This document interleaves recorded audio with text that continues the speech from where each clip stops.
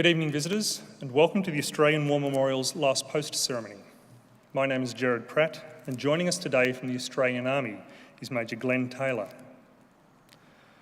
We warmly welcome the family of Lance Corporal George Edward Glover, whose story will be told shortly. We're honoured to acknowledge His Excellency, Mr. Luke Danivalu, High Commissioner of the Republic of Fiji. Representing the Chief of the Defence Force, Air Vice Marshal Robert Chipman, Head of Military Strategic Commitments Division. Colonel Sarpanapa Motufangu, Chief of Staff to Commander, Republic of Fiji Military Forces, and the accompanying delegation. We're also honoured to welcome the delegation representing the ACT Government's Ministerial Advisory Council for Veterans and their families, and Streeter Division from the Royal Australian Naval College, HMAS Creswell. We welcome the veterans who have served, those that are still serving, and the families that love and support them. We acknowledge the members of RSL Services Clubs Association, RSL Victoria and RSL Queensland, who are watching the broadcast of this ceremony from across Australia. During this evening's ceremony, wreaths will be laid at the base of the Pool of Reflection by family and visitors to the memorial. Australia's Federation Guard is the tri-service ceremonial unit of the Australian Defence Force. They provide a ceremonial presence at civil and military events and during visits to Australia by foreign dignitaries. The Guard will now dismount the catapult party from the tomb of the unknown Australian soldier.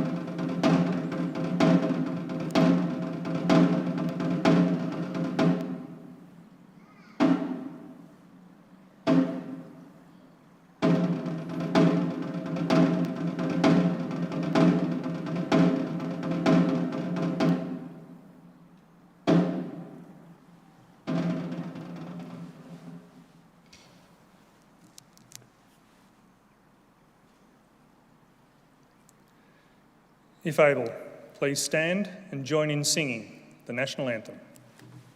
Catapult Party, present! Arms!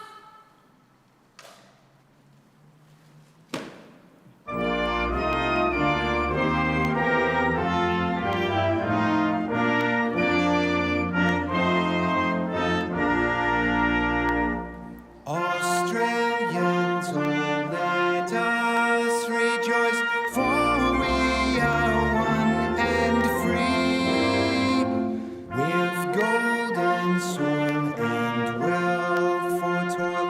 Our home is good by sea. Our land abounds in nature's gifts of beauty, rich and rare. In history's page, let every stage advance Australia fair. In joyful strains, then let us sing, advance Australia fair. Catapult Party, shoulder! Arms! Catapult Party, order! Arms!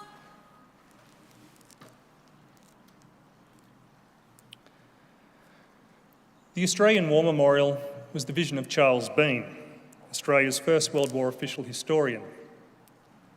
Bean landed with the Australian troops on Gallipoli and stayed with them at the front through until the end of the war.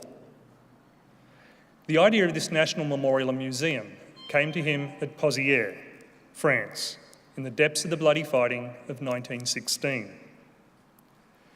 Bean's idea was that this would be a place where families and friends could mourn loved ones buried in faraway places. It would also be a place that could help all Australians understand what these men and women had endured and what they had done for us. Bean's vision, to which we remain true, is best expressed as inscribed in the entrance to the memorial's galleries. Here is their spirit, in the heart of the land they loved, and here we guard the record which they themselves made. Tonight, we will read the story behind just one of those on the Roll of Honour, which lists the names of more than 102,000 men and women who have given their lives for us in war and on operations for more than a century. But first, we present a lament, Flowers of the Forest. Wreaths or floral tributes will now be laid at the base of the pool of reflection.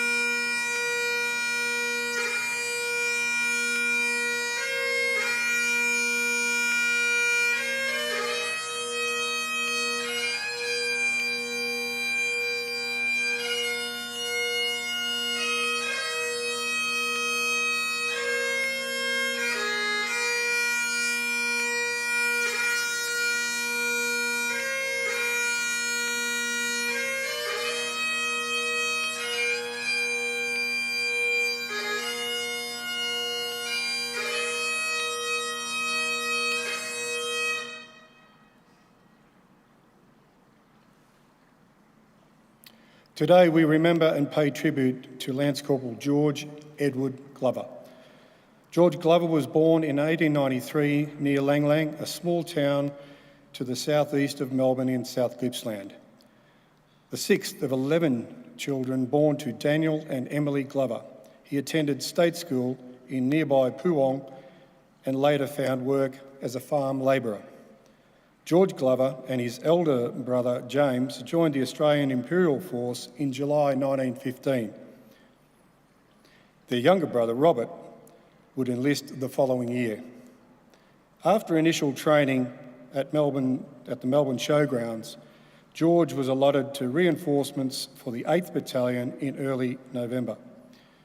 On the 23rd of November, he embarked overseas for overseas service abroad on troopship Ceramic. Arriving in Egypt, George was briefly hospitalised with mumps, but within a fortnight he recovered and was fit for duty. Following the evacuation from Gallipoli, the Australian Imperial Force was being reorganised into 2 new divisions. George was initially reassigned to one of the 5th Division's new battalions, the 57th, but then moved to his sister unit, the 59th Battalion. Over the next few months, George and his unit remained in Egypt, guarding the Suez Canal and conducting further training. The Australians were then sent to France, where fresh troops were needed on the Western Front. George and his comrades arrived at the end of June 1916 and were sent to northern France. Their first major battle occurred at Fromelles on the 19th of July, where the 59th Battalion suffered heavy casualties during the first wave of the attack. Later that year, George and his comrades were sent to the Somme, where they endured a cold, wet and miserable winter. Amid heavy fighting, he wrote to his sister Emily, "Just a card to let you know that I am still well. It was very wet in the trenches a few days ago. I am at bombing school now and having a good time. With love to all from your loving brother." In early November 1916, George attended the Lewis Gun School of Instruction. Now qualified on his light machine gun, he rejoined his battalion early in the next year. He was promoted to Lance Corporal. Fighting along the Somme River continued as the Germans gave ground and withdrew beyond Bapaume. On the 10th of March 1917, the 59th Battalion went into the frontline trenches for a 4-day stint, enduring intermittent, sometimes heavy enemy shelling. On the night of the 13th of March, the 59th Battalion was relieved and moved back into the reserve trenches. George's Delta Company was stationed at the nearby village of Fleur with the battalion headquarters. On the afternoon of the 14th of March, George was among a number of men from Delta Company to be sent on fatigue duties. Some worked on road repair, while others, including George, helped with the Deckerville Light Railway, transporting supplies and ammunition to the forward areas. The German artillery was especially heavy around Fleur that day, and before long they found their mark. As George and his comrades were wheeling the light railway trolley along the track, the enemy shell struck a direct hit. Private William Smythe was killed outright, while Privates George Everson and George Glover were wounded. Glover's wounds to his abdomen, hip, hands and face were serious.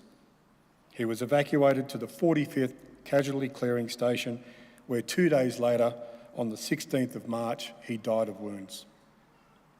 George was buried in Dernicourt Communal Cemetery Extension, where he lies today. He was 23 years old. It was always imagined that the Australian War Memorial would list the names of each individual who had given their lives. The First World War Honour Roll was compiled over many years, eventually totalling over 60,000 names. Through a simple paperwork error, George Glover's name was missed. This went unnoticed for decades until brought to the memorial's attention in 2012 by members of his family, who are in attendance here this evening. Nearly 100 years after his death, in 2015, George Glover's name was added to the bronze panels to my right. There his name now appears amongst those who died serving in the First World War. His photo is displayed today besides the pool of refection. This is but one of the many stories of service and sacrifice told here at the Australian War Memorial. We now remember Lance Corporal George Edward Glover, who gave his life for our freedoms and in the hope of a better world.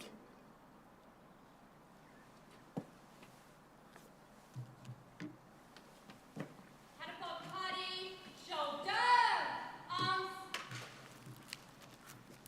Please stand for the reading of the ode and the sounding of the last post.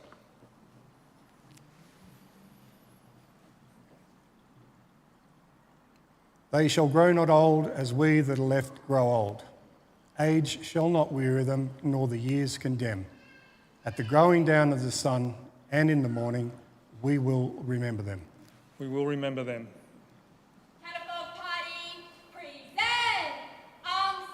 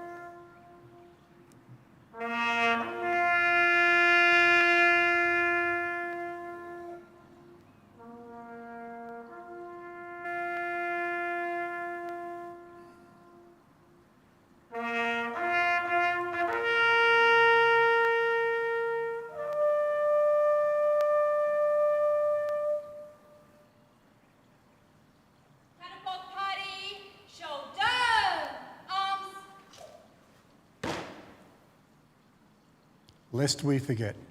Lest we forget.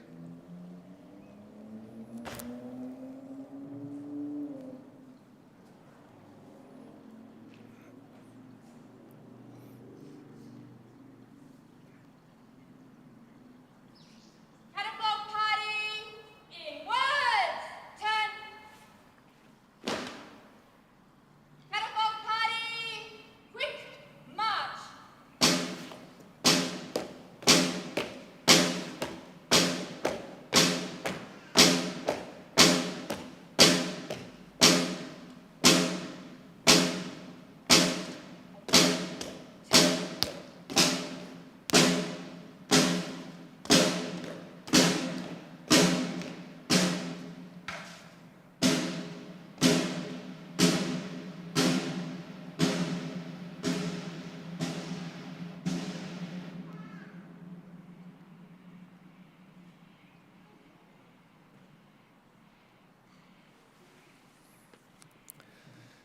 We leave you this evening with the words of the memorial's founder, Charles Bean.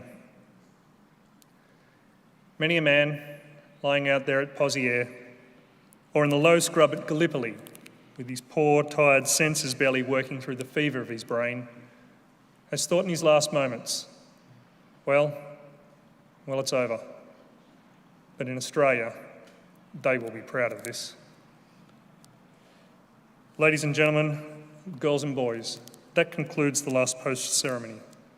On behalf of the Director and staff, thank you for visiting the Australian War Memorial today and for your continued support of the Memorial's development project. We wish you all a very pleasant evening. Thank you.